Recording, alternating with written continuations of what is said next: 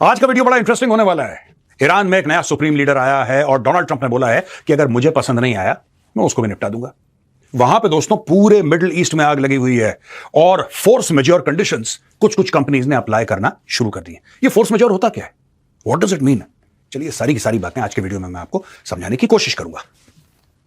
और यह खबर दोस्तों ली हमने अल जजीरा से। Iran names Khamenei's son as new supreme leader after father's killing. Mojtaba Khamenei will now be charged with leading the Islamic Republic through the biggest crisis in its 47-year history. यहां पे लिखा है कि Iran has named Mojtaba Khamenei as its new supreme leader just over a week after the assassination of his father, Ayatollah Ali Khamenei, in a joint United States-Israeli strike that have plunged the entire region into a sprawling war.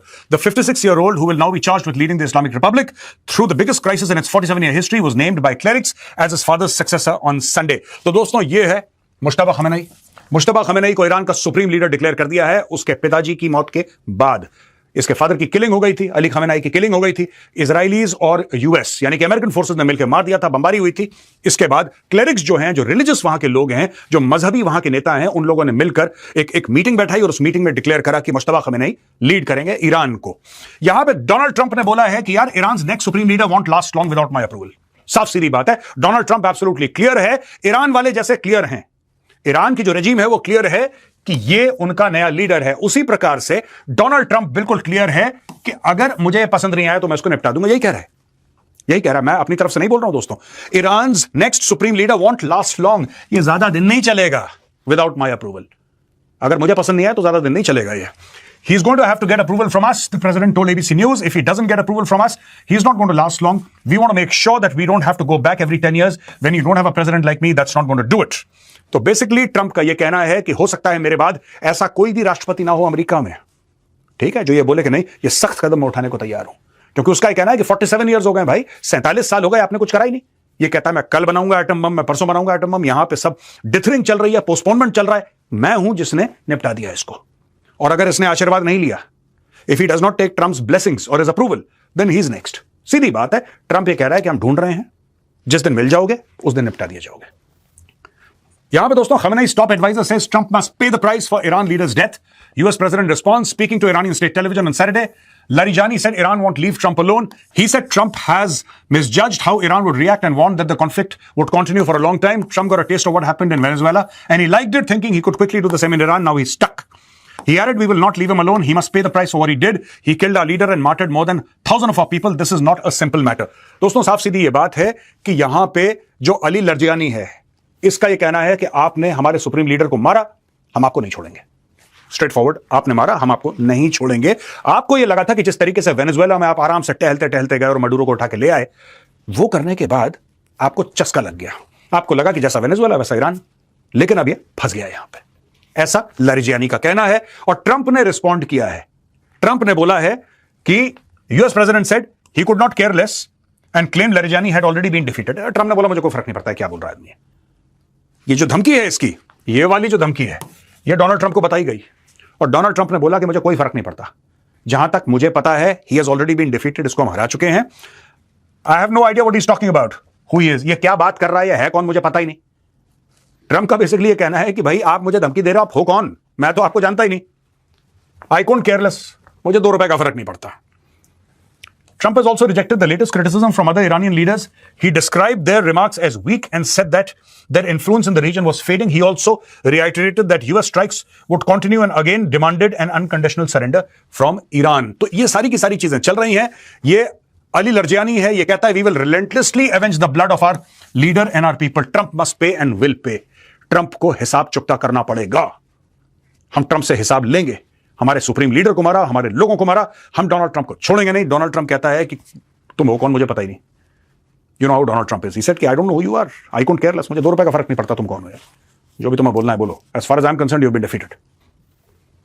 यहां पे दोस्तों बड़ी interesting बात हुई है। Tehran to impose penalties, confiscate assets of Iranians abroad who cooperate with Israel. US Tehran to impose penalties. अब ये कह रहा है Iran's judiciary said that it will confiscate the properties and impose penalties of members of the Iranian diaspora who cooperate with Israel and the United States. Iranians abroad who align, accompany and cooperate with the American Zionist aggressor enemy will face confiscation of all their property and other legal penalties in accordance with the law. अब दोस्तों ऐसे कई लोग हैं जो ईरानी मूल के हैं लेकिन रहते हैं अमेरिका में, यूरोप में, ऑस्ट्रेलिया, न्यूजीलैंड, दुनिया भर में कहीं पर भी, और वो लोग सख्त खमेनी के खिलाफ हैं।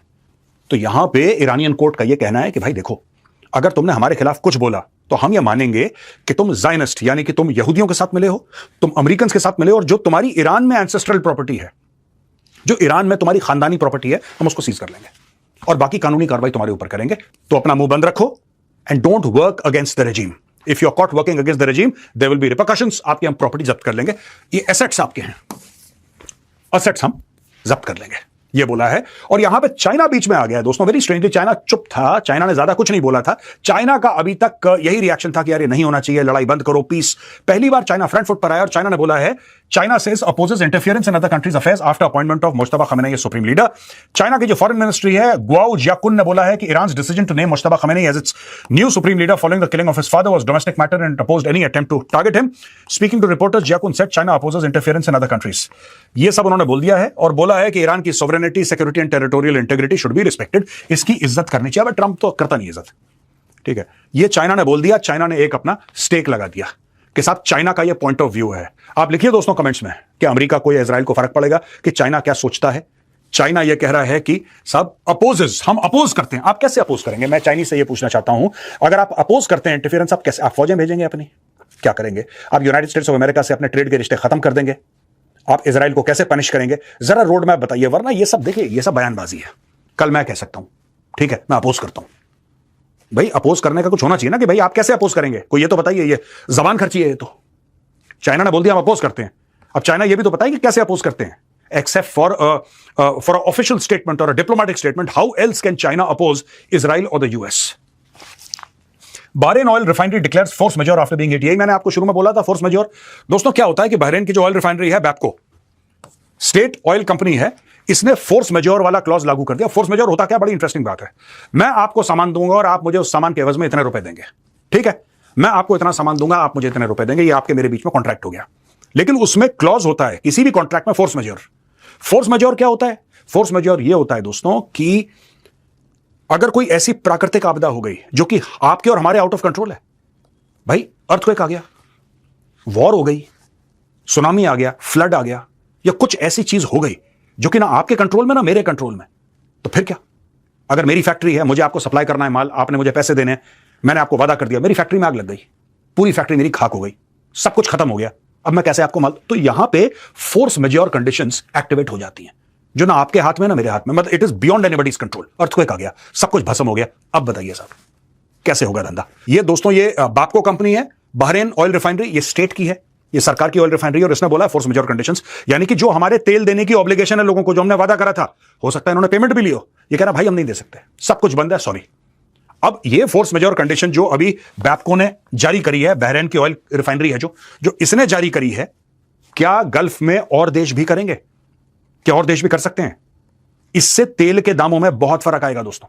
एक तो है ना हम कोशिश कर रहे हैं, एक ये बात होती है कि साहब हम कोशिश कर रहे हैं, डोंट वरी, उसमें उम्मीद रहती है। एक बार आपने फोर्स मेजोर एक्टिवेट कर दिया, यानी कि आपने बोला कि this is something like act of God, ठीक है। अर्थक्वेक हो गई या समथिंग लाइक जो हमारे कंट्रोल के बाहर है, हम कुछ कर ही नहीं सकते। सुनामी आ गई, बाढ़ आ गई, हम क्या कर सकते हैं भाई? बाढ़ आ गई तो बाढ़ आ गई, उसमें nobody can do anything, human beings can't do anything. तो वो एक्टिवेट अगर बाकी लोग भी कर देते हैं तो उसमें तेल के दामों में बहुत ज्यादा फर्क पड़ेगा। बहरेन ने उसकी शुरुआत कर दी है। और यहां पे दोस्तों ये अल जजीरा कहता है, बड़ी इंटरेस्टिंग खबर है, Iran oil facilities hit for first time as war with US Israel enters day 9। अच्छा, कल की तारीख में हुआ था, हिट करा था ईरान की ऑयल रिफाइनरीज को, ऑयल डिपोज को, क्यों करा? अब मैं आपको इसकी स्टोरी बताता हूं दोस्तों। ईरान ने भी यही किया था। ईरान ने एरामको को बॉम्ब करा, बहरेन को बॉम्ब, हमने बताया था ना फोर्स मेजोर कंडीशन बैपको की, तो ईरानी ने तुम्हारा बम वहां पे, एरामको बंद करवा दिया इसने कतर से ऑयल एंड गैस बंद करवा दिया, इसने पूरे मिडिल ईस्ट से ऑयल एंड गैस का जो मूवमेंट है उसको करवा दिया बंद। अब हुई ये बात कि जब आपने ऑयल एंड गैस बंद करवा दिया तो उनकी चीखें निकली लोगों की। इजराइल ने क्या करा? उल्टा इनकी ऑयल रिफाइनरीज में आग लगा दी, बॉम्ब कर दिया इजराइल ने। अब दोस्तों ये जो ईरान है, ईरान तेल निकाल के किसी ना किसी को तो चुपचाप बेच रहा होगा, चाहे चाइना को बेच रहा होगा, कुछ भी कर रहा होगा। Iran would be doing something right. अगर ईरान को उससे पैसे मिल रहे हैं तो ये सोर्स ऑफ इनकम उसकी बंद हो गई, इमीडिएटली बंद हो गई, क्योंकि हर जगह आग लग रही है। देखिए साहब, the attack spark large fires as they hit 4 oil storage facilities and oil production transfer centre in Tehran and Alborz. The strike on Saturday sparked large fires as they hit oil storage facilities in an oil production transfer center in Tehran and the province of Alborz. The Fars news agency reported, with the Iranian state media describing it as an attack from the US Zionist regime. The Agdase oil warehouse in the northeast Tehran, the Tehran refinery in the south, the Saran oil depot in the west of Tehran, and an oil depot in Karat city where facilities targeted. Witness said oil from Saran depot had leaked into the streets. सड़कों पे तेल बहने लगा. इतना leakage हुआ oil का, कुछ तो जल गए जहां पे उन्होंने बम मारे थे, मिसाइल मारी थी, और जहां पे नहीं जला, जहां पे सिर्फ डैमेज हुआ है, इतना ज्यादा तेल आ गया कि वो सड़कों और गलियों में बहने लगा तेल. ये हो गया है वहां पे. ये देखिए साहब, कराज है यहां पे, ये सहारान है, ये अगदसे है, ये सब तेहरान रिफाइनरी है. ये तेहरान के इधर है थोड़ा सा. This is again called the Tehran refinery. तो यहां इन जगह पे इन लोगों ने अटैक किया है और इन जगह इन लोगों ने मारा है. देखिए, अगर ईरान लड़ रहा है तो कहीं ना कहीं से ईरान के पास पैसे आ रहे हैं. अगर आपका यह मानना है कि चाइना सिर्फ चेक काट के दे रहा है कि लो बेटा पैसे, ऐसा तो नहीं, चाइना को भी उसके एवज में कुछ चाहिए. तो क्या है? वो तेल है. वो तेल है. किसी तरीके से ईरान, हो सकता है पाकिस्तान के थ्रू, हो सकता है पाकिस्तान के थ्रू ईरान अपना तेल बेच रहा है, उसके एवज में उसको पैसे मिल रहे हैं. पर तेल तब बेच पा रहा है ना जब निकाल पा रहा है या कहीं डिपो में स्टोर कर रहा है. वहीं मार के उसको खत्म कर दिया. ये मैसिव लॉस हुआ है ईरान को, क्योंकि ईरान यही हरकतें कर रहा था कतर के साथ, यूएई के साथ, सऊदी अरब के साथ, ओमान के साथ, पूरे मिडिल ईस्ट में जहां जहां ये मिसाइल स्ट्राइक्स कर रहा था, या तो ये सैनिक ठिकानों पे कर रहा था या ऑयल के जो इंस्टॉलेशन है वहां पे अटैक कर रहा था. अब उल्टा इजराइल ने इसके ऑयल इंस्टॉलेशंस पे अटैक किया है. तो यहां पे बहुत ज्यादा दिक्कत होगी. जैसे कह रहे हैं कि witnesses said oil from Saharan oil depot had leaked into the streets. तो ये दोस्तों आप देख सकते हैं यहां पे सहारन, ये वाला ये इलाका है सहारन ऑयल डिपो. इस पूरे इलाके में सड़कों में, गलियों में, मोहल्लों में ऐसे तेल बह रहा है. यह हाल हो गया वहां पे. G7 to discuss joint release of emergency oil reserves. G7 finance ministers will discuss a possible joint release of petroleum from reserves coordinated by the International Energy Agency in an emergency meeting on Monday, aimed at tackling the surge in oil prices following the conflict in the Gulf.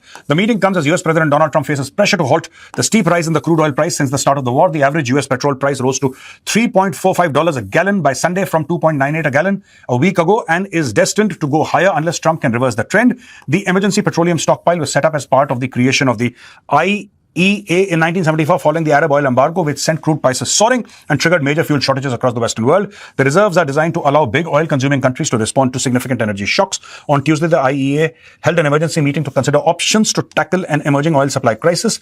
A document prepared for the meeting said the IEA stood ready to act to support the stability of oil markets. अब ये लोग सब हल्ला कर रहे हैं. यहां पे अमेरिका में जो $2.98 a gallon ऑयल था वो हो गया है $3.45 a gallon. ठीक है, इतना जंप हो गया है प्राइस में. लिटरली आप लगा लीजिए तकरीबन 50 सेंट का, 50 नहीं तो 47 सेंट्स का तो राइज हो गया ओवरनाइट ऑयल का. अब डोनाल्ड ट्रंप क्या कह रहा है यहां पे? डोनाल्ड ट्रंप का साफ सीधा कहना है कि short term oil prices which will drop rapidly when the destruction of the Iran nuclear threat is over is a very small price to pay for USA and the world safety and peace. Only fools would think differently. सीधी बात है. Trump देखिए, यहां पे G7 की meeting हो रही है, यहां पे सारे लोग मिल रहे हैं, फाइनेंस मिनिस्टर्स G7 के मिल रहे हैं. हाय तौबा, प्राइस बढ़ रहे हैं. ठीक है, डिमांड एंड सप्लाई में गैप आ गया. डिमांड ही डिमांड है, सप्लाई बिल्कुल हाफ हो गई है. त्राहिमाम. डोनाल्ड ट्रंप ने ट्रूथ सोशल पे सीधा एक पॉइंट लिखा यहां पे, कह रहा है कि ऐसा बकवास है. जब लड़ाई खत्म होगी तेल के दाम अपने आप नीचे हो जाएंगे. और ये बहुत छोटा सा दाम है यार, क्यों आप परेशान हो रहे हो? सब छोटी छोटी चीजों के बारे में आप परेशान.